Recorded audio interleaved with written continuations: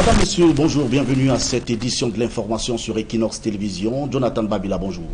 Bonjour Pierre Lavedi Omban, tu as la première partie de cette édition, l'information sur Équinoxe Télévision. Merci beaucoup. Eh bien, on parle de la carte de réfugié, le bien précieux sésame, mais difficile à obtenir pour les réfugiés en terre camerounaise.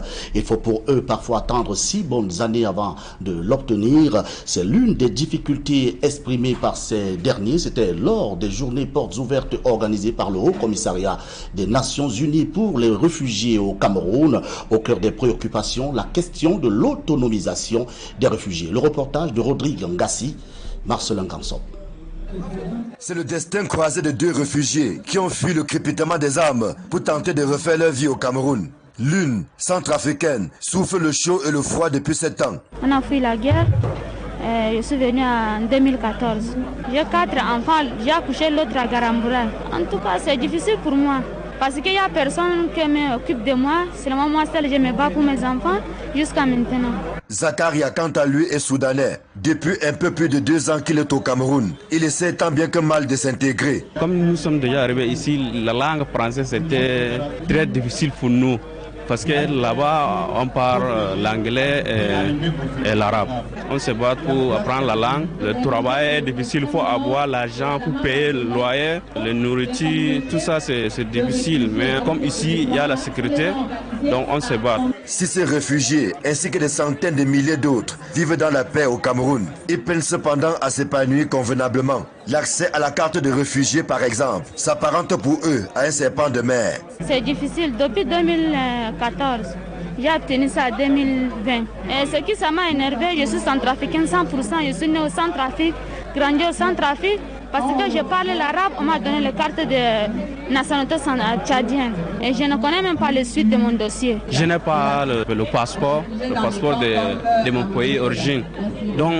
Donc pour moi, personnellement, la carte est très importante pour continuer mes études.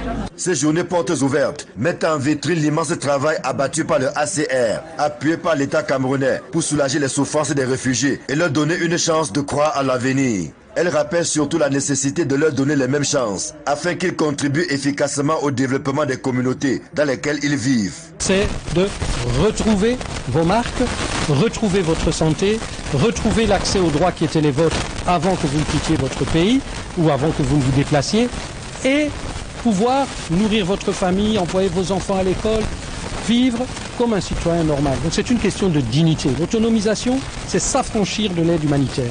Avec plus de 350 000 personnes venues de la RCA, le Cameroun est la plus grande terre d'accueil des réfugiés de la sous-région. C'est à quoi il faut ajouter les 126 000 venus du Nigeria voisin, ainsi que les déplacés internes de la crise anglophone et de la guerre contre Boko Haram. Malheureusement, la question du financement des activités du ACR continue de se poser avec acuité. Le reportage de Rodrigue Ngassi et Marcelin Gansop sur les difficultés des réfugiés en terre camerounaise. Partons dans la partie sud du pays où le monde agricole vient d'être mis en avant à la faveur du lancement de la saison agricole 2023. On annonce un soutien de 14 milliards de francs CFA, ceci pour pallier les effets négatifs de la crise russo-ukrainienne sur l'agriculture camerounaise. Les précisions dans ce reportage de Joël Essengue et Guy Zogo. Quelle nouvelle pour la saison agricole 2023? Le ministre de l'Agriculture vient d'y répondre en procédant au lancement de la saison agricole relative à l'année en cours en Nanga et Boko, tout en annonçant un soutien aux agriculteurs. Nous avons dit aux populations que pour cette année 2023, le gouvernement a consenti 14 milliards pour soutenir le prix de 50 000 tonnes d'engrais pour la production vivrière et environ 4,5 milliards pour soutenir la production de semences améliorées. Le gouvernement justifie ce soutien en réponse aux effets de la crise russo-ukrainienne sur l'agriculture camerounaise. Nous sommes avant tout un pays agricole. Notre réelle richesse, c'est l'agriculture. C'est pour cela que le gouvernement a donc mis en place cette politique-là pour relever les producteurs, reconstituer leurs moyens de production. Et nous croyons qu'avec une bonne pluviométrie, les périodes de rareté ou d'insuffisance alimentaire seront pour le passé. Sur le terrain, l'entrain des organisations agricoles se fait voir au-delà de quelques doutes qui persistent encore chez les jeunes. Nous avons donc pour ambition cette année de pouvoir cultiver 200 hectares de maïs, de pouvoir également cultiver 4 hectares de manioc, du soja, de faire de la pisciculture. Nous sommes un peu embarrassés parce que le discours ne passe pas tout de suite. Les jeunes aujourd'hui ont du mal à croire en la terre, alors qu'il y a des opportunités. Pour autant, la conviction est faite qu'il y a bien des profits pour eux à tirer de l'agriculture. Nous avons pratiquement 7 millions d'hectares de terrain à cultiver, mais jusqu'ici, il me semble que nous n'avons exploité que 2 millions sur plus de 7 millions. Alors, nous avons ces opportunités-là, nous ne les saisissons pas. Et nous nous retrouvons dans un environnement où nous avons des ventes illicites de terrain, parce que nous-mêmes ne mettons pas en valeur nos terres. C'est tout ça qui nous pousse à continuer à interpeller la jeunesse et de leur dire qu'au jour d'aujourd'hui, on peut avoir la vie en cultivant la terre et on peut s'en sortir. La saison agricole 2023 va donc peut-être leur servir de tremplin.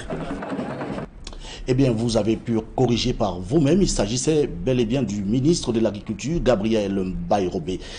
À l'est du Cameroun, la fraude des produits pétroliers s'intensifie sur le corridor Douala-Bangui-N'Djamena. 14 000 litres de carburant viennent d'être saisis dans la localité de Garoua-Boulaye, c'est à l'est du Cameroun, et à Menganga, dans la Damawa, c'est par la brigade nationale de contrôle des produits pétroliers. Le trafic, nous dit notre reporter, constitue une grosse perte pour l'économie nationale. Les précisions de Benjamin et Sam Abertois. Ces derniers temps, l'on observe une intensification de la fraude des produits pétroliers sur le corridor Douala-Bangui-N'Djamena. Une mission du ministère de l'Eau et l'Énergie dans les localités de Meganga dans la Damawa et Garoua-Boulaye à l'est a permis de saisir 14 000 litres de carburant de contrebande. Pendant le week-end, ces activités s'intensifient. Nous avons pris la route depuis vendredi. Nous avons missionné jusqu'à Meganga dans le Mbéré. Nous sommes entrés à Garoua-Boulaye dans la région de l'Est pour pouvoir démanteler ces réseaux de trafic qui perturbent la chaîne de distribution des produits pétroliers. La plupart des trafiquants ne respectent pas la prescription ministérielle sur le transport des produits pétroliers. Cette lettre prescrit formellement que les produits pétroliers ne vont pas être vendus dans des cubiténaires et des fûts aux usagers. Et nous avons constaté qu'une station-service était en train de se mêler à ces activités, que nous avons saisi ce cubiténaire avec 1000 litres de gazole. Et la station a été scellée. Dans l'optique de protéger l'économie nationale, la stratégie du gouvernement est de renforcer la sensibilisation et le contrôle au niveau des frontières. Vous savez, nos pays voisins, notamment la République centrafricaine, a des prix à la pompe qui sont presque plus du double et même du triple parfois. Et ces produits, il se trouve que les fraudeurs utilisent cette stratégie pour des produits subventionnés dans le pays. Et ils traversent la frontière à un jet de pierre pour les revendre plus cher. C'est pour cette raison que le ministre a demandé de renforcer les contrôles et les opérations de répression le long de ce corridor à l'effet de démanteler tous ces réseaux de trafic illicite. Rappelons qu'il y a quelques semaines, la Brigade nationale de contrôle des produits pétroliers avait scellé une station-service à Garoua-Boulaye pour fraude des produits pétroliers. Le reportage de Benjamin et Sam à l'est du Cameroun, c'est à Bertois, et puis allons à l'ouest du Cameroun cette fois-ci, où la localité de Bacham n'affiche pas le visage d'une ville moderne. Là-bas, la plupart des édifices sont dans un état lugubre et de fait, la commune de la ville projette la construction d'un hôtel de ville et les travaux de construction viennent donc d'être lancés. Les précisions dans ce reportage de Raphaël Tcheko et Vivien Tonfac.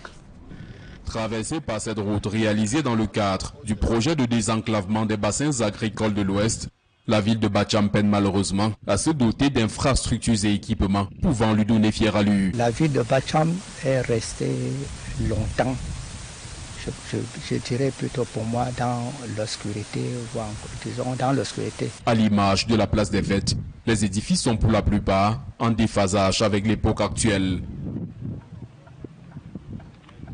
Pour diluer ce visage hideux, il est envisagé la construction d'un nouvel hôtel de ville dont la pose de la première pierre vient d'avoir lieu. Les populations de Bamboutos en général, pourquoi pas celles de la Ménois voisine de venir dès que nous aurons terminé de choisir Bacham comme cadre idéal. Tous viendront à Bacham admirer la beauté de cet hôtel de ville, la beauté de cette grande salle de fête. Situé dans le département des Bamboutos, l'arrondissement de Bacham, zone agricole qui excelle dans la production des pommes de terre, a encore beaucoup de défis à relever pour son développement. Et bien voilà qui met un terme à la première partie de cette édition de l'information du 12h sur Équinoxe Télévision. La seconde partie, c'est en anglais et c'est avec Jonathan Babila. Right, Pierre Lavediomban, thank you, dear viewers, for staying with us in the segment of this newscast on Equinox television. Activities of non-state armed groups continue to create panic in the Mayo Sava, Mayo Chanagan, Logan and Shari divisions of the far north region of the Republic of Cameroon, bringing untold suffering, hardship and destruction upon the people and their properties as a result of recurrent clashes between non-state armed group fighters and defense and security forces. 1.6 million people are in need of aid and 385,000 are internally displaced. Lucy Liengo reports. The United Nations Office for the Coordination of Humanitarian Affairs reports that the activities of non-state armed groups, generally marked by violent incursions into villages, looting as well as abduction of people, continue to negatively impact the daily lives of population in the Mayo Sava, Mayo Sanaga, Logon and Share divisions of the far north region of Cameroon. Added to these are the frequent clashes between the non-state armed groups and the defense and security forces. The clashes often have devastating consequences on civilians. Security sources reported at least 83 incidents related to non-state armed groups' activities, confrontations with the defense and security forces, and subsequent military operations in February this year. This marks a sharp increase compared to 53 incidents accumulated in December 2022 and January 2023. The localities located near the Mandara Mountain, as well as those located in and around Lake Chad, continue to be the most affected. At least 23 civilians were killed and 24 injured during this incident, and many people's properties were destroyed. February was also marked by an upsurge in kidnapping, particularly in the Lake Chad area of Niger, Chad, and Cameroon. At least 82 people have been abducted, usually for ransom. This highlights the economic motivation and funding needs that will largely underlie this phenomenon. From February 1st to 28, 2023, more than 1,652 people were displaced due to insecurity. Nearly 700 Nigerians registered in a Minowal camp between February 1 and February 15, 2023. More than 82 civilians kidnapped during February by unidentified armed individuals in the Logon and Share division. An attack on the Ozar Health Center by armed individuals in the Mayo Sava division and destruction of property and equipment were recorded. Globally, 1.6 million people are in need of aid, 385,000 internally displaced, 47,000 people are refugees in rural areas, 76,000 in camps, 138,000 have returned to their villages, while 962,000 are targeted. The consumption of illegal drugs is on the rise in the second subdivision of Cameroon's political capital, Yaoundé. The divisional officer of that administrative unit is now stepping up efforts to eradicate the ill in his area of command. Once more, Lucy Liengo has the details. To fight against the consumption of illegal pharmaceutical products and contraband drugs in the city of Yaoundé, the Divisional Officer of Yaoundé 2, together with forces of law and order, destroyed several shops involved in the production and sale of these illicit drugs. La briqueterie, Chinga Elobi, le secteur Mokolo. Mokolo and some other neighborhoods are known for disorder in our subdivision. Severally, we have received information about the sale of these illegal drugs. Mokolo in particular, because recently people are unable to move freely and engage in their daily activities. In 1 or 2 meters, you must find a place where they sell these drugs. À l'intérieur duquel on vend ce que vous savez, la drogue. The inhabitants say the consumption of these drugs has exposed the youth to mental health problems, misconduct, and incivility has been the order of the day. We have taken note of so many things happening in our subdivision, so it is our wish to fight against urban disorder, thereby ameliorating the living condition of our population. That's the principal reason for this operation carried out by forces of law and order in the presence of the divisional officer. The destruction, according to the divisional officer, is also to fight against urban disorder while protecting the population's health. De lutter pour la bonne santé. Our objective is preserving our population, mostly their health, so we have no regret in dissolving this activity. Ces activités. Makeshift structures, illicit medications were burnt at the end of the operation, while the divisional officer of Yaoundé 2 promised to put in more efforts so as to maintain order. Secretaries or administrative professionals in the Republic of Cameroon say it is time the society should shift from the negative to a positive impression about their job and position, and considering the fact that they have an important role to play in all companies, they are requesting that they should be considered and given the position they normally deserve. They were speaking here in Cameroon's economic capital, Douala, during a come together marking the International Day of Secretaries or Administrative Professionals. Annabella Leke reports. Secretaries or administrative professionals are those persons who assist with correspondence, make appointments, and carry out administrative tasks in the office with the directives of the boss. Most times, the welfare of the company lies on the decisions taken by the secretary with the accord of the boss. It is like they say, behind a successful man, there is a strong woman. So behind every successful director or company, there should be a strong secretary. And so this managerial role is principally to help the company succeed by getting proper information and working with the information, giving proper information to your boss. Secretaries are not usually regarded with a positive eye, an impression which the administrative professionals themselves are uncomfortable with.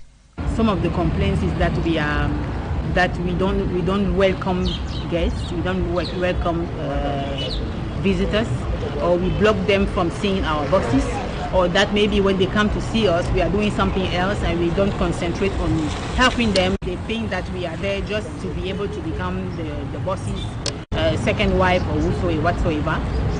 That also, there is no school to find a husband, but we are not there for that. We are there to help and to work, not as girlfriends, not as wives, but as assistants, and we like our job. We are very close to our bosses, but for work to go ahead, not because we want to have anything particular with them. Between leaving for work very early, closing from work very late, most often after their bosses, are some of the preoccupations secretaries think should be looked into. Secretaries are like leftovers in the companies.